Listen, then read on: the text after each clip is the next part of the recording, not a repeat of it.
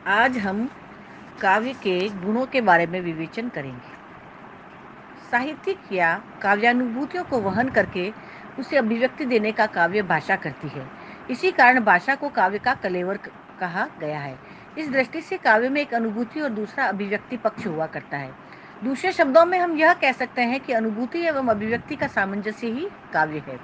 भाषा के पर्यावरण में ढल कर ही कोई अनुभूति व्यक्त हुआ करती है, जिस आत्म तत्व के रूप में रसानुभूति माना जा सकता है, वह भाषा के बिना संभव हो ही नहीं सकती।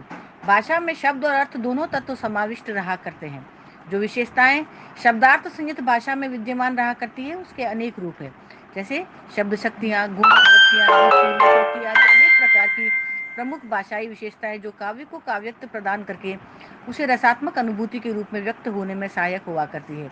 इस प्रकार हमारा अभिप्राय रसवादियों वाला परंपरागत अभिप्राय न होकर अभिव्यक्ति और सौंदर्य या काव्यत्व में विद्यमान माधुरी से ही है।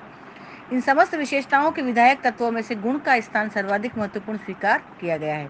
किसी व्यक्ति के व्यक्तित्व के अनुरूप ही उसमें गुणों की परिकल्पना की जाती है या विशेष प्रकार के गुणों से ही विशिष्ट व्यक्तित्व का परिचय प्राप्त होता है। उसी प्रकार काव्य के क्षेत्र में जो तत्व या तथ्य अनुभूति एवं सौंदर्य को एक विशिष्ट रूप और आकार प्रदान करते हैं, उन्हें गुणों के नाम से अभिहित किया जा सकता है। दूसरे शब्दों में काव्यानुभूति एवं सौंदर्य का वर्ण पोषण एवं उत्कर्ष भाषा के वर्ण, शब्द, अर्थ आदि विविध अंगों के समुचित प्रयोग एवं उपयोग से ही हुआ करता है। इन्हीं के वर्ण विषय के अनुरूप उचित प्रयोग का नाम काव्य गुण होता है। आचार्य वामन ने काव्य शोभाया कर्तायो धर्मा गुणा अर्थात काव्य की शोभा बढ़ाने वाले तत्व को ही गुण कहा है। काव्य के साथ गुणों की भी अनेक प्रकार से योजना की जाती है। रसवादियों की दृष्टि से कहा जाता है कि वे भाव जो रस के उत्कर्ष में विभाव, अनुभाव, संचारी भाव और व्यभिचारी भाव का संपादन करते हैं, वे काव्य गुण कहलाते हैं। ठीक इसी प्रकार काव्य गुण को स्वीकृत परिभाषा के रूप में हम इस प्रकार कर सकते हैं कि काव्य में गुण वे धर्म या तत्व होते हैं जिससे उसके अभिव्यक्ति पक्ष में उत्कर्ष होता है। परिणाम स्वरूप अनुभूति, सौंदर्य भी उत्कृष्ट हो जाया करता है। गुणों के अनेक भेद स्वीकार किए गए हैं, लेकिन हिंदी आचार्यों ने इन्हें 3 रूपों में मान्यता दी है: माधुर्य, ओज और प्रसाद। जैसे मनुष्य में सुशीलता, उदासीनता, वीरता आदि गुण होते हैं, वैसे ही काव्य में भी गुण होते हैं। गुणों से ही मनुष्य का महत्व है। उसी प्रकार काव्य के गुण ही काव्य को हृदय स्पर्शी बनाते हैं। काव्य की आत्मा रस है और रस का जो उत्कर्ष किए करने वाली बातें हैं, वे सभी गुण कहलाती है। गुण 3 प्रकार के माने गए हैं: पहला माधुर्य, दूसरा ओज और तीसरा प्रसाद। इन गुणों का सीधा संबंध मानव चित्त की 3 प्रमुख वृत्तियों या स्थितियों के साथ स्वीकार किया गया है। प्रथम गुण माधुर्य का संबंध व्यक्ति चित्त की द्रवणशील वृत्ति के साथ होता है।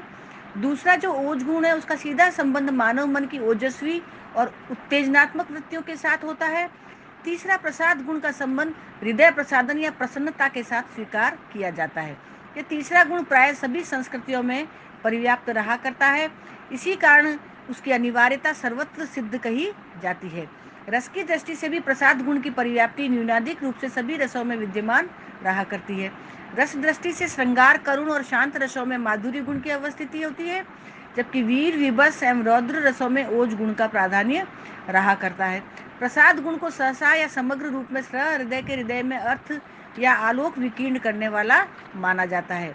इन्हीं तथ्यों के आलोक में हम आगे के अध्याय में तीनों गुणों को परिभाषित करेंगे।